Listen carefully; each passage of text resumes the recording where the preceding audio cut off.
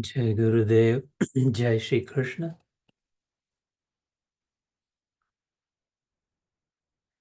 बस यही प्रार्थना है जो ध्यान के समय भगवान से करी। संभाल लेना हाथ। हम गलतियों पे गलती करते जा रहे हैं और हमारा हाथ धरते जा रहे हैं। हमने गलतियों की कतार लगा दी, उन्होंने क्षमा की धार बहा दी। एक दिन अवश्य आएगा। हौसला रखना, संभल जाना, अपने आप को बचा के रखना। When we will be fully aligned,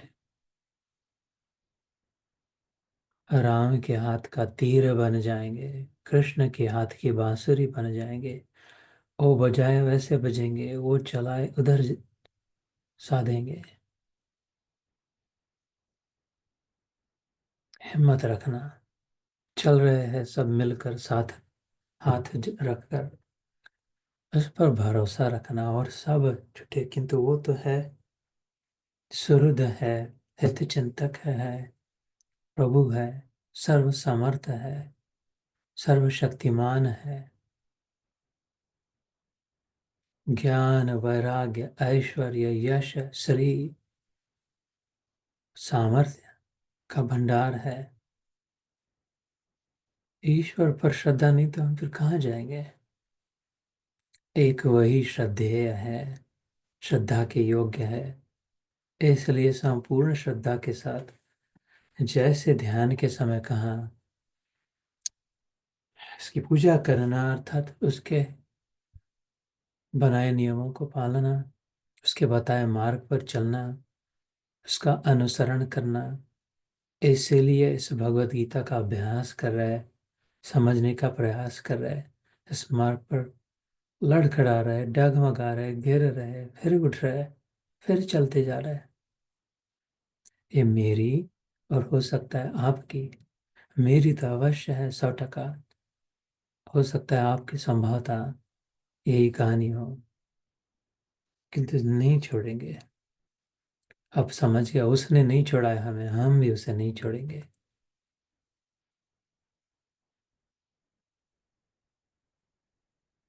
Shri Hari.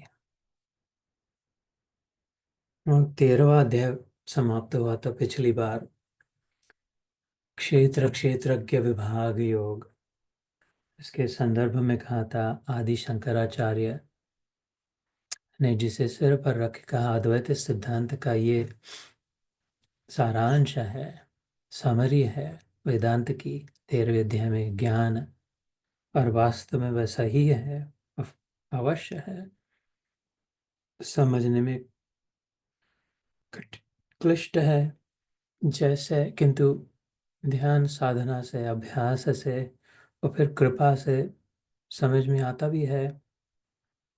जैसे गणित या भाषा, अंग्रेजी हिंदी, वो हम पाठशाला में पढ़े, किसी ने लिख के दिखाया, कह के बताया, पढ़ा है।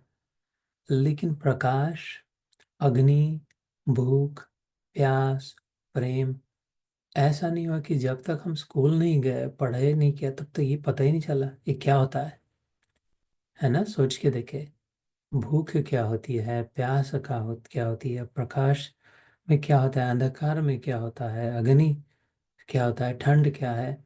ये ऐसे नहीं हुआ कि अरे यार ये लोग कभी स्कूल में ही नहीं गए, है ना, ये गांव वाले हैं, ये अनपढ़ है, अंगूठा छाप है, कभी स्कूल में नहीं गए, इसलिए इनको ये भूख प्यास के बारे में कुछ पता नहीं है ना। बिल्कुल पता है, हो सकता है हमसे ज़्यादा पता है। जो पढ़े लिखे गधों से अनपढ़ बुद्धिमान शायद ज़्यादा ही समझ ले, मेरा मानना है इन बातों को। क्योंकि वो प्रज्ञा में आता है डायरेक्टली, अर्थात अनुभव से सीखा जाता है, प्रज्ञा से। एक इंद्रिय स्पर्शों से नहीं सीखने की आवश्यकता पड़ती। जब मैं आंखों से देखूं तब समझे, जब कानों से सुनूं या आंखों से पढ़ूं या मुंह से बोलूं तब पता चले। ऐसा नहीं, भूख को देखा नहीं जाता, देखना नहीं पड़ता। प्यास को, प्रेम को, नफरत को, मन में जो भी इस सारी भावनाओं को, ये प्रज्ञा में आती है। डायरेक्ट परसेप्शन जिसे कहते हैं, इंट्यूजन जिसे कहते हैं अंग्रेजी में, ऐसा ये ज्ञान होता है जो इंट्यूटिवली पता चलता है। इसके लिए सराव आवश्यक है, ये पढ़े गीता को, सुने, लेकिन ये पल्ले तभी पड़ेगी, प्रकट तभी होगी जब ये हमारी सोच में आएगी। सोच में आने के लिए सोच करनी पड़ेगी, सोचना पड़ेगा। हम इसको सोचेंगे तब ये सोच में आएगी। इतना सीधा सिंपल बच्चे जैसी बात है। हम अगर इसको सोचेंगे तो ये हमारी सोच में आएगी। इसमें क्या कॉम्प्लिकेटेड क्या है? सोच में आना अर्थात प्रज्ञा में भर जाना, ऋतम भरा प्रज्ञा, उपनिषदों का घोष वाक्य। फिर वो उसकी प्रज्ञा रत से भर जाती है, सत्य प्रकट हो जाता है। वो सत्य मतलब सच सच बोलना वाला सत्य नहीं। वो तो ठीक है, अच्छा है कभी नहीं है। सत रत अत परम सत्य, सपने वाला, सपने में ये सच बोलने वाला आदमी नहीं, जागृत अवस्था वाला सत्य, वो रत, रतम भरा प्रज्ञा। इसलिए ये 13वां अध्याय कहने के लिए भी मेरे के कठिन हो गया था, आपने देखा ही होगा। शायद समझने के लिए भी मुश्किल होगा उतने समय के लिए समझ के, लेकिन इसका महत्व प्राधान्य जरूर है।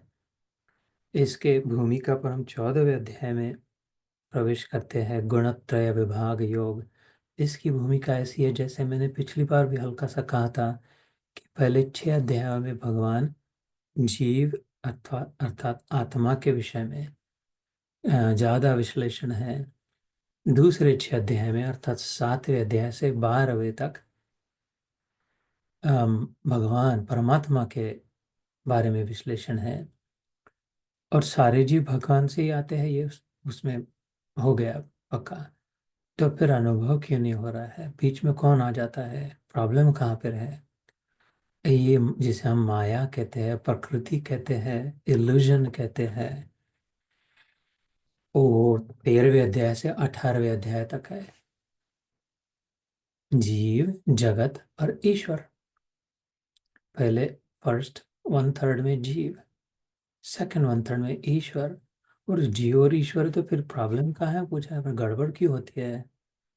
गड़बड़ इसलिए होती है कि जगत है, जगत जन्मगत, जो जन्मा है उसमें फंस रहे हैं, इससे हो रहा है। तो उस सेक्शन में हम 6 चैप्टर्स, लास्ट 6 चैप्टर गड़बड़ वाले चैप्टर में है, कि गड़बड़ क्यों होती है और उससे बचे कैसे और उसके बाद क्या करें। तो जगत, जैसे मैंने कहा, जन्मगत में हम दृष्टि फंस जाती है, हम अटक जाते हैं, उसके साथ आइडेंटिफाई कर लेते हैं, उसी को अपन समझ लेते हैं, अपना वही है समझ लेते हैं, वास्तविक सत्य को अलग रख देते हैं, ध्यान नहीं जाता।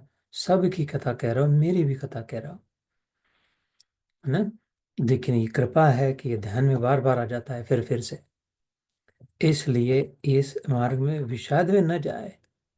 अपने को कम, हम कम, सभी कम है, हम सब कम ही कम है। हम में से कोई ज्यादा नहीं है। अगर हम है तो कम है, बस इतना सीधी बात है। अगर अपन अपने आप को हम समझ रहे, जैसे मैं अभी हम शब्द का प्रयोग कर रहा, हम, इसका ये सीधा मत, पहला मतलब है कम। उधर ही क्लीन बोल्ड, पहले बॉल पे क्लीन बोल्ड, वापस जाओ, खत्म खेल, next year we will see, अगले जन्म में। तो ये सब क्या है, कहाँ से आया है? इसलिए मैंने ध्यान के समय थोड़े भगवान की याद कर ली, कि बस तो ये है तारणहार, बचा, संभाल ले, है ना। तो क्योंकि मेरा भक्ति प्रधान मार्ग है, इसलिए मेरे आई, बिकॉज आई एम वीक, सक्षम नहीं हूँ मैं अपने आप अपने भरोसे सब करने में। इसलिए मुझे किसी सक्षम का आधार लेना आवश्यक है, उसमें बुद्धिमानी है। और मैंने कृष्ण का और उसकी गीता का आधार ले लिया। इससे मैं गिरता जाता हूँ, संभलता जाता हूँ, गिरता जाता हूँ, संभलता जाता हूँ। और ज़्यादा, अभी धीरे धीरे, पहले बहुत बार बार बार बार गिरना होता था, थोड़ा थोड़ा संभलना होता था। फिर वो कहीं पर इक्विलिब्रियम में आ गया, जितनी बार गिरा उतनी बार संभल गया। अभी धीरे धीरे धीरे धीरे एक आध बार गिरना हो जाता है, या फिर भगवान संभाल लेते। संभालने वाले एक ही है, गलती न करे। संभालने वाले हम नहीं है। मैं अपने आप को संभालने के काबिल नहीं, कभी संभाल नहीं। संभालने वाला वही है जो किसी का गुरु रूप में है, किसी के शिव बाबा भोले बाबा बन के बैठे हैं, किसी की अम्बा माता है। मेरे लिए जो कन्हैया है वो संभालने वाला वही है, परमात्मा। बस जो कैसे संभालता है, कहाँ से संभालता है, दिखाई नहीं देता। इधर अंदर से ही संभाल लेता है, उठा लेता है अंदर से ऊपर, है ना। तो धैर्य धरे, संभल जाए, शांत रखे अपने आप को। आपको कहते कहते मैं अपने आप को भी कह रहा हूँ, ये सब हम सब के लिए उतना वैसा का वैसा विशाल मार्ग है। इसमें कोई भेद नहीं है, इसमें कहीं कोई आगे नहीं है, कोई कुछ पीछे नहीं है। एक गलत धारणा है, माया है, दिखाई दे रहा है। जैसे मैं बच्चों को कहता था कि हमारे बगल में स्कूल है, उसके वो रनिंग ट्रैक है, वो बीच में वो बच्चे दौड़ते हुए दिखते हैं, एक बच्चा इतना आगे दिख जाता है और वो दूसरा बच्चा उसके करीब 50 फीट दूर का दूर ही रह रहा है और कैचअप नहीं कर पा रहा है। और बाकी बच्चे पीछे, सबको लग रहा है कि अच्छा ये जीत रहा है। लेकिन जो पहले से देख रहा हो, पता नहीं ये जो पीछे 50 फीट पीछे बच्चा दौड़ रहा है, वो हो सकता है इसकी एक लैप ऑलरेडी हो गई है इसके पहले। पीछे तो है लेकिन पूरी एक लैप के बाद फिर पीछे है। 50 feet behind, whole lap ahead. इसलिए इस झंझट में ही ना पड़े कि ये ज़्यादा बड़े है, ये कांपन कम है, ज़्यादातर अपने आप को। बस अपन भगवान के है, फिर उसमें नहीं कम ज़्यादा हो सकता, संभव नहीं है। वो खुद कहता है, बार बार कहता है, गीता में खुल के कहा है। इस अध्याय में भी हम सुन सकेंगे कि बिल 13वें अध्याय में भी कहा था, यावत् संजायते किंचित सत्तम स्थावर जंगम, कोई नहीं बना आज तक जिसमें ये सब नहीं ऐसा था। इस अध्याय में भी कहेंगे, सुन सब के सब में यह है तीनों गुण होने, अगर उसका अस्तित्व है, जन्मा है, साधु संत गुरु महागुरु महामहंत, बड़े में बड़े सतगुरु, तो तीनों गुण तो है ही। नहीं तो इधर इधर रहती ही नहीं, आती ही नहीं, संभव ही नहीं है। जन्मते ही नहीं जगत। वो कितनी मात्रा में है, कितनी जल्दी संवर जाते हैं, वो बात अलग है। हम तो उसी मार्ग पर है, इसलिए it's all right. Trust the Lord, trust the Lord. अपने परमात्मा में श्रद्धा अडिग रखे, मर जाए वो श्रद्धा को। और वही है धर्म, श्रद्धावान लभते ज्ञानम। सो जैसे मैंने कहा, जीव और ईश्वर के बीच बीच जगत है जो जन्म। अभी ये 14वें अध्याय का प्रारंभ होता है। तो ये क्या है, कहाँ से आया, उसके लिए मैंने पिछली बार समय हुआ था, इसलिए मैंने कहा था कि एक उदाहरण देना था। जो 13वें अध्याय में आता है, 14वें अध्याय में हल्का, और 15वें अध्याय जब समाप्त होता है, 13 14 15, ये तीनों अध्याय में कंटिन्यूस थीम है, इसलिए प्रेजेंट कर रहा हूँ। और उसका क्लाइमैक्स जो है इस थीम का, मतलब एकदम उसका शिखर जो है, माउंट एवरेस्ट जैसे, वो 15वें अध्याय के आखिरी में, 14वें अध्याय का भी आखिरी 2 श्लोक, 15वें अध्याय के भी 2 श्लोक, लेकिन absolute hit of the park है। सो उसके लिए उदाहरण कहता है, जैसे सपोज हम लोग अंधेरे में सोए हो, एकदम पिच डार्क, खिड़की बंद है सब, ब्लाइंड्स बंद है, सब है, अंधेरा है। किसी दूसरे के घर में पता नहीं कहाँ क्या है, लेकिन थक गए हैं, लेट आ गए थे, बस सो गए हैं। I don't know what's where. So I don't know कहाँ पर क्या रखा है। यहाँ पर हो सकता है सोने की थाली हो, मिट्टी का ढेला हो, कि बच्चे का खिलौना पड़ा हो, पता नहीं क्या है, बर्तन हो, what ever it is, I don't no, because it's so dark, बहुत अंधेरा, कुछ दिखाई नहीं दे रहा, मैं थका हूँ, सो गया हूँ। सुबह अगर किसी ने ब्लाइंड्स खोले या प्रयास किया, ब्लाइंड नहीं भी खोले, थोड़ी सी एक प्रकाश की किरण आ गई, सुबह हो गई, तो किसी एक वस्तु पर पड़ गई, whichever you want to think of. अरे इस यहाँ पे तो किसी के अपने आभूषण इधर, सोने के ऑर्नामेंट्स इधर ही रख दिए थे गलती से, अभी एकदम दिखाई दिया, चमक गया। या तो और ये सब, और बच्चे का खिलौना है ये, इधर पड़ा है। या तो फिर कुछ नहीं, मिट्टी का ढेला है, मेरे ही जूतों से लगा, कीचड़ में आया, गलती से मैं यहाँ तक लेके आया। ये ढेला जो, whatever you want to think, जिस पर भी प्रकाश की किरण पड़ गई, वो दिखाई दे रही, इसके पहले नहीं दिखाई दे रही थी, पता ही नहीं था क्या था या कुछ है भी, क्योंकि उस वस्तु को अपना प्रकाश नहीं था। है ना, ये महत्वपूर्ण बात है अभी जो कह रहा हूँ। ये 14 13वीं 14 15वीं ये जो अध्याय है, तीनों अध्याय की नींव है, फाउंडेशनल है, लेकिन कैपस्टोन भी है अंत में। इसी बात के अंतर्गत। इसलिए इतना भी आज पक्का हो गया, एक आध श्लोक तो कर ही लेंगे, फिर भी बहुत हम्म, कमाई हो गई। तो ये अच्छा ऐसा है, जो भी पता चले, जिसको जो समझ विचार करना पड़े, ये वस्तु है, पहले नहीं थी, पता नहीं थी लेकिन पता ही नहीं था। अगर पता नहीं था तो था भी नहीं। मेरे को अगर पता ही नहीं इधर कुछ पड़ा है तो फिर वो है का मतलब ही क्या है ना? सोचे अपना अलग से सोचना, जब ध्यान करोगे अपने हिसाब से, अगर मेरे को पता ही नहीं है तो वो है का मतलब क्या है ना? तो यहाँ तो थी लेकिन मेरे को पता ही नहीं था अंधेरे के कारण, लेकिन जब उस पर प्रकाश पड़ा तो मेरे को पता चल गया ये ऐसा ऐसा है, ये है। क्योंकि वो वस्तु जड़ है, चेतन नहीं है, उस अर्थात उसमें अपना प्रकाश नहीं है। अपने आप को वो स्वयं प्रकाश नहीं कर सकती, चेतन नहीं कर सकती कि देख मैं हूं। इतनी सहजता से कह दिया मैंने, देख मैं हूं। ये नहीं कह सकती वो वस्तु, न कह सकती मतलब न दिखा नहीं सकती, अपने आप को दिखा नहीं सकती। It can not show it self that look I am here. Something fell on it that brought the light. कोई कंप्लीटली डिफरेंट वस्तु जिसका उससे कुछ लेना देना नहीं है, न उसके गुण धर्म उसके अनुसार है, न उसका सोर्स है, न वो इस दुनिया से है, न उसका संबंध है, न वो केयर करती है कि इधर मिट्टी का ढेला था या हीरा था या सोना था। वो ऐसी कोई वस्तु आगे उस पर पड़ गई, वो प्रकाश की किरण, मतलब the sunshine on the surface. मतलब अभी जो इसको मैंने फोन को पकड़ के रखो, इसके सरफेस पर, इसके किनारे पर जो प्रकाश पड़ा, खाली उसके विषय में बात कर रहा हूँ। ये बीच वाले प्रकाश का बात नहीं कर रहा हूँ मैं। इसके ऊपर जो थिन लेयर ऑफ लाइट है, उस पे थोड़ा सा हल्का सा पड़ गया तो दिखाई दे दिया, अरे आईफोन है ना, सिक्का।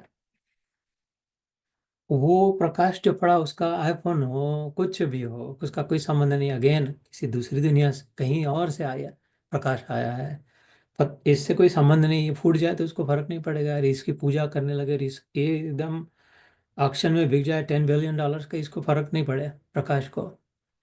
या इसको फेंक देगी तो ऑब्सोलीट हो गया करके, इसको फर्क ना पड़े, इस कुछ इसका संबंध लेना देना क्या है? संबंध नहीं क्या है?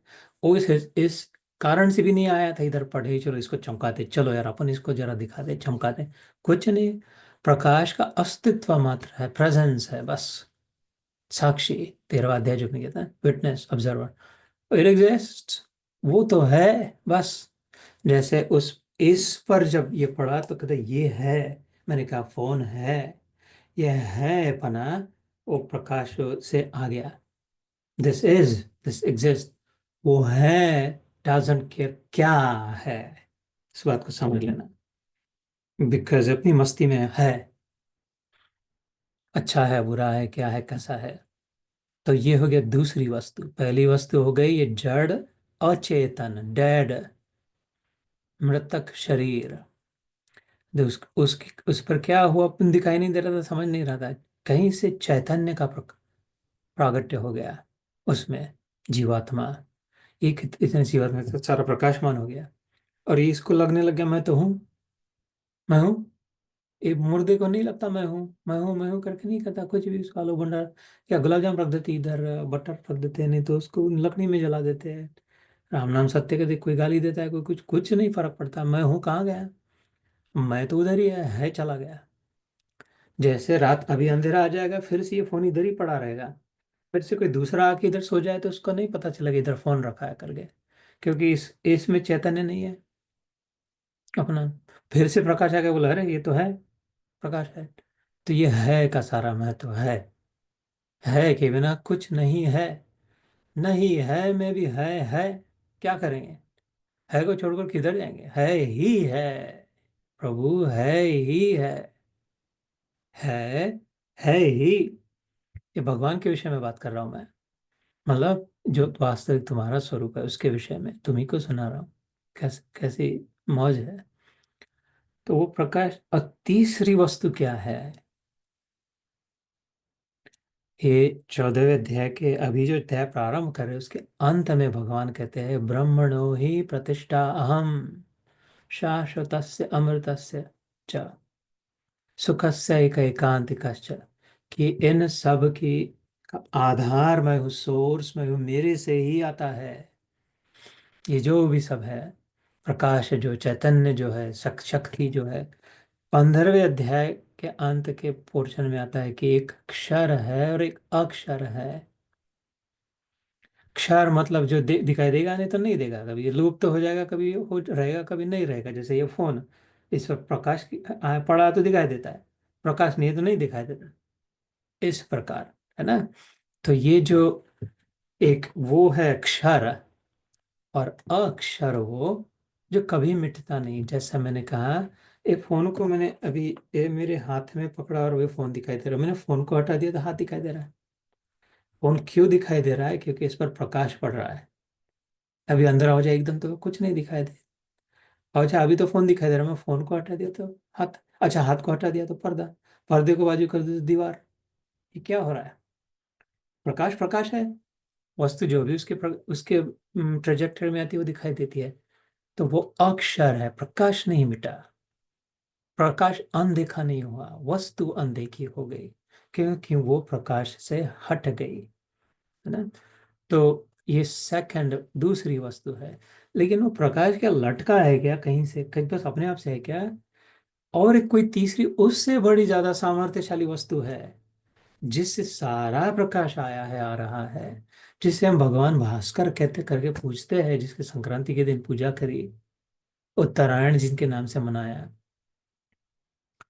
अरे वो सारा प्रकाश इधर ही नहीं, वो इधर उधर, यत्र तत्र सर्वत्र कहा शास्त्र में, इधर उधर सब। और यही इलाके में, इसी मुल्क में नहीं, उसमें भी इस ग्रह, इस तारा नक्षत्र मंडल, सूर्य मंडल, गगन मंडल सब, और आकाश गंगा, उस सोर्स का जो प्रकाश है सब, और वही है। तो वो तीसरी वस्तु है, वो परम वस्तु है, मतलब फाइनल है, अल्टीमेट है, सुप्रीम है, द लास्ट वन है। तो हमने अपने आप को शरीर मान लिया, जो जड़ है, स्वयं चेतन नहीं है, स्वयं प्रकाशी नहीं है। हम अपने आप को हम कह सक रहे हैं, क्योंकि उसमें वो है जो है, वो प्रवर्तमान है, वो तभी तक हम है, जिसे हम मानते हैं, है ना। ये बात, hopefully this is digestible, understandable. और जब निकल जाता है तो नहीं रह जाते, उसके कोई काम नहीं रहता उस वस्तु का। वस्तु का क्या करे? हड्डी हड्डी की थैला है ये, इसका क्या करे? ये तो मुसीबत हो जाए ना, हो जाती है मुसीबत, 3 दिन से ज्यादा नहीं रख पाते ना। तो इसलिए फिर बोलते नहीं। और उसकी जगह पे वो मुर्दे पे जो प्रकाश पड़ रहा था, वो तो दूसरे किसी पे पड़ता है, उसे दुल्हन पे चमक रहा है, तो अभी तो नाच गाने हो रही है उधर ही, क्योंकि अभी तो मस्त मजा है, यार बना है दूल्हा, ये वो, जब भी सब। प्रकाश का कोई लेना देना नहीं है। और प्रकाश अपने आप से नहीं कहीं से टंगा है, अपना वो अल्टीमेट प्रकाश नहीं है।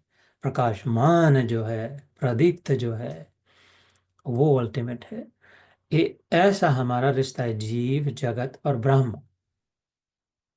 तो जीव मतलब हम आत्मा रूप से जो जीव है, शरीर नहीं, नाम रूप नहीं। 13वें अध्याय का सार, नाम रूप को प्रकाशित करने वाला फोन, आईफोन नहीं। इसको देख, उस पर प्रकाश गिरा इसलिए मैं देख पा रहा हूँ, वो वाला। ये नाम और ये रूप में जो प्रकाशित है, चेतन जो है, light, lights up, life, lifes up, ना। इसको बात को समझे। Anytime I turn on the light, everything lights up. Every time there is the life is present, everything lights up. ऐसे life is present here. Therefore, everything is lifed up. पेड़ पौधे, पक्षी पंछी, पशु पक्षी, ऐसे। तो जड़ वस्तु एक है, दूसरी वस्तु हम जो है चेतन, चैतन्य, जीवात्मा, और तीसरी परमात्मा वस्तु है। तो जीव जगत और ईश्वर। जीव हम है, ईश्वर वो है जिससे हम आए हैं, जिसके है, जिससे है, जिसमें है, जो ही है। हमारा अपना अलग अस्तित्व नहीं, जैसे प्रकाश का अलग अस्तित्व नहीं, सूर्य नहीं तो प्रकाश नहीं, सीधी बात है। तो जीव और ईश्वर ऐसे जुड़े हैं, जीव ब्रह्म एक, शंकराचार्य का एब्सोल्यूट अल्टीमेट, द ग्रेटेस्ट सिद्धांत की एक है करके। और ये जगत क्या है? ये जो वस्तु को मान लिया अपना, जिस पर वो प्रकाश पड़ा उसकी कृपा से वो, अर्थात सबसे पहले वस्तु का क्या क्या मान लिया? शरीर, अपने आप को मान लिया। उधर से बेड़ा पार हो, घर हो गया, बाकी बस फिसल नहीं फिसल, स्लिपरी स्लोप। उसके बाद ऊपर उड़ने की कोई संभावना ही नहीं है। शरीर में मान लिया तो। इसलिए रमन महर्षि ने कहा साधक आदि तो पहला काम वो कुछ दूसरा साधना नहीं, बस हु एम आई। ये जितने साल लगे इतने साल लगने दो, ध्यान करो बस। I want you to figure out the answer to this question, who am I. Raman Maharshi की प्रमुख साधना, अंडरस्टैंड है who am I. What do you mean relative to who I think I am? Who am I actually? मैं कौन हूँ ना। तो ये सब विश्लेषण इस सेक्शन में आता है गीता के 13वें अध्याय के, नॉट हु एम आई। वो पहले 6 में था, लेकिन ये जगत क्या है इसलिए। So with that we should do at least something. So 14वें अध्याय में अथ चतुर्दशोध्याय। अथ मतलब नाउ, चतुर मतलब चार, दश इज 10, चतुर्दश इज 10 + 4 इज 14, अध्याय सेक्शन ऑफ दिस। अथ चतुर्दशोध्याय श्री भगवान उवाच। श्री मतलब अभी कई बार उसकी संज्ञा हो चुकी है। ये सब जो ज्ञान है, वैराग्य, ऐश्वर्य, सामर्थ्य, सब जिसमें है भरपूर है, अखूट है, समाप्त नहीं होते, वो सचमुच में वास्तविक में जो सुंदर है भगवान। और उवाच मतलब ने कहा, भगवान ने कहा। क्योंकि 13वें अध्याय का ये जो कंटिन्यूटी है, ऐसा अगेन रिमेम्बर, ऐसा नहीं था कि 13वां अध्याय हो गया चलो यार थोड़ा सा पानी पी के चाय ब्रेक लेते बाद में गीता प्रारंभ करते हैं, नहीं। वो 13वें अध्याय के अंत में क्या कहा था, क्षेत्र क्षेत्र और अंतरम ज्ञान चक्षुषा भूत प्रकृतिर मोक्षम च ये विदुर्यान्ति ते परम। अर्जुन इस बात को जो बराबर ढंग से समझ ले सकता है, वो ज्ञान के चक्षु द्वारा जो है जैसा है वैसा समझ पाता है। और वो इज कंटिन्यूइंग। भगवान ने लास्ट स्टेटमेंट करा था 13वें अध्याय में, is making the first statement. अध्याय हमारे लिए किए गए, भगवान ने नहीं किए ना। तो क्या क्या क्या भगवान वाच, परम भूय प्रवक्ष्यामि ज्ञानानाम ज्ञानमुत्तमम यद ज्ञात्वा न पुनः मुनयः सर्वे पराम सिद्धिमतो गताः। हिंदी में पढ़ के सुनाता हूँ। श्री भगवान बोले, ज्ञानों में भी अति उत्तम उस परम ज्ञान को मैं फिर कहूंगा। 9वें अध्याय में कहा, मैं फिर से कहता हूँ। 10वें अध्याय में कहा, मैं फिर से कहता हूँ। 14वें अध्याय में कहा, मैं फिर से कहता हूँ। 18वां अध्याय समाप्त होते समय कहेंगे एक बार सुन ले फिर से यार, समझा क्या तेरे को। और बोलता है समझा समझा, पता नहीं समझा नहीं समझा, फिर से सुन ले दूसरी बार 18वें अध्याय में, तो 5 बार। कितना दिल टूट रहा है इसका हमारे लिए। तो यहाँ पे कहते हैं, ये मैं तेरे को फिर से कहता हूँ, जिसको जानकर सब मुनिजन इस संसार से मुक्त होकर परम सिद्धि को प्राप्त हो गए हैं।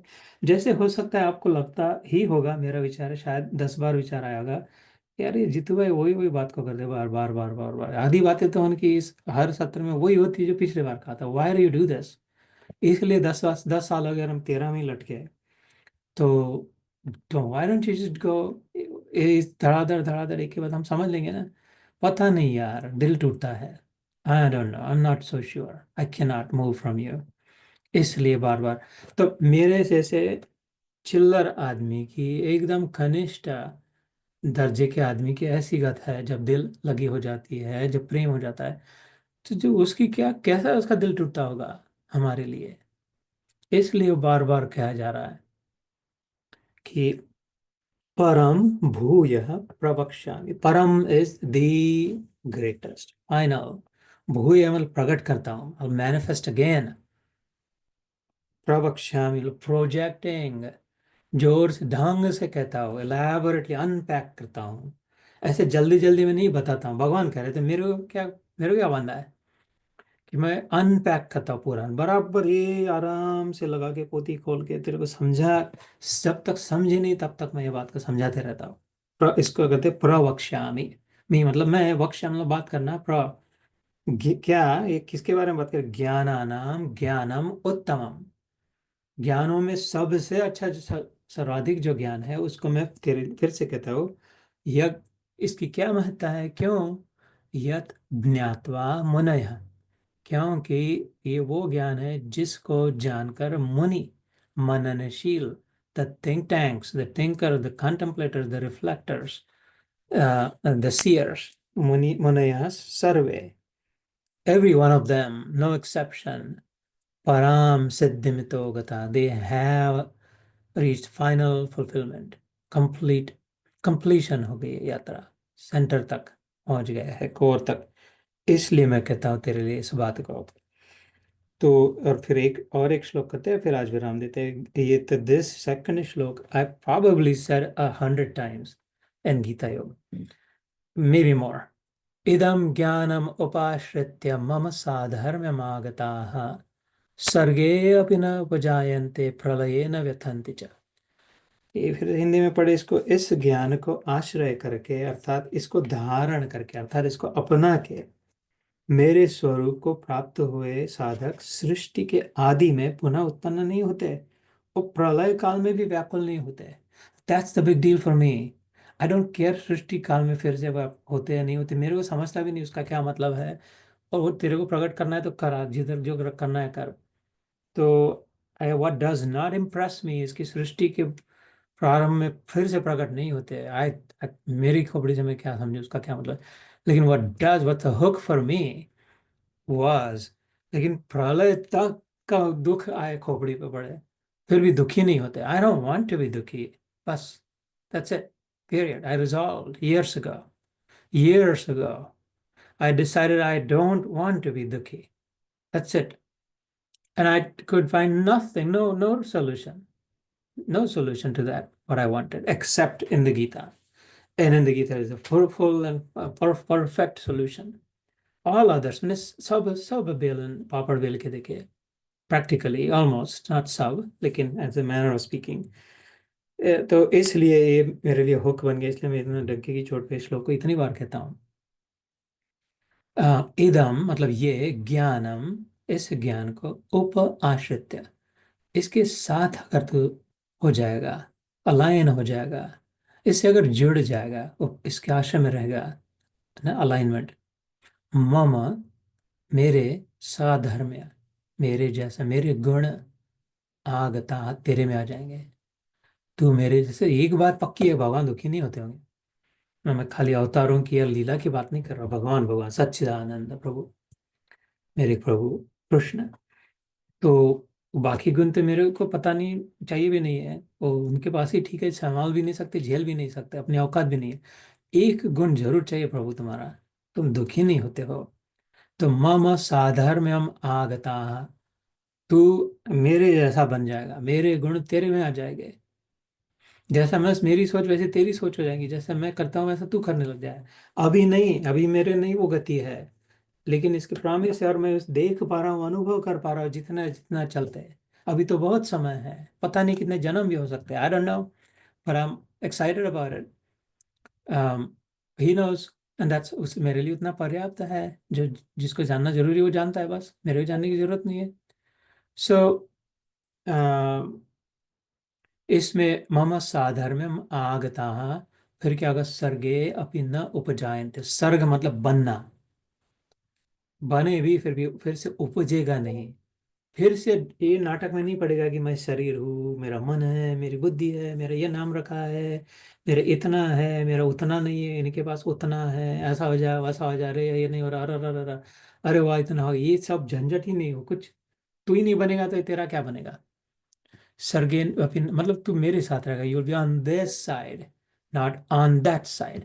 जीव, ईश्वर और जगत जो है, फिर से जगत में टपकेगा नहीं, जीव रूप से तू ईश्वर में ही सदा बसेगा। ये प्रॉमिस है उसका, जिसका अर्थ है सर्गे अपि न उपजायन्ते और प्रलयेन व्यथन्ति च।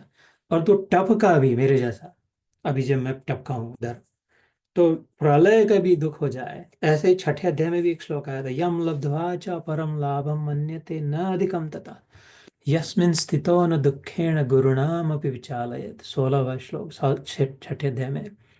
अरे इतना तेरे को ऐसे सुख में इमर्स, डूब जाएगा, लत पत ओत प्रोत हो जाएगा, बाहर निकलेगा उस सागर से। तो इससे बड़ा कोई स्थिति हो ही नहीं सकती, इसका अनुभव करेगा कितना भी बड़ा दुख सामने आ जाए तो। That is another one that really attracted me, that verse. And so there's a thread there. My draw to the Gita was trying to get rid of this agony, misery, uh, this wretched feeling. तो ये कमीपना, ये नीचपना जो की जो भावना होती है, तो सर्गे अपि नोपजायन्ते प्रलये न व्यथन्ति च, meaning and this and that, you'll get both sides of the coin, you'll get the full coin, पूरा पूरा 100% पूरा नाना जिसे कहते हैं, ये सिक्का, पूरा का पूरा सिक्का, मेरा सिक्का तेरे हाथ में आ जाएगा। वो सिग्नेचर होती है, नहीं दिखाया था आगे, चलो फिर हो गया करके ऐसे, भगवान का। तो और ये बहुत फंटेस्टिक है, ये चैप्टर छोटा है। द गुड न्यूज इज छोटा है, ज़्यादा बड़ा नहीं है, 13वां अध्याय से छोटा है, लेकिन फंटेस्टिक है। इसमें खुलासा होने लगता है कि ये क्या है यार, किस कहाँ किधर फंसा हूं मैं, अपने आप को क्या समझ लिया, किस पचड़े में, why am I doing this, why am I thinking like this. ये थोड़ा खुलासा होने लगता है, इसलिए प्रभावशाली है। तो धन्यवाद, आपकी कृपा, आपका समय, फॉर अलाउइंग मी अगेन। जय गुरुदेव, जय श्री कृष्ण। जय गुरुदेव।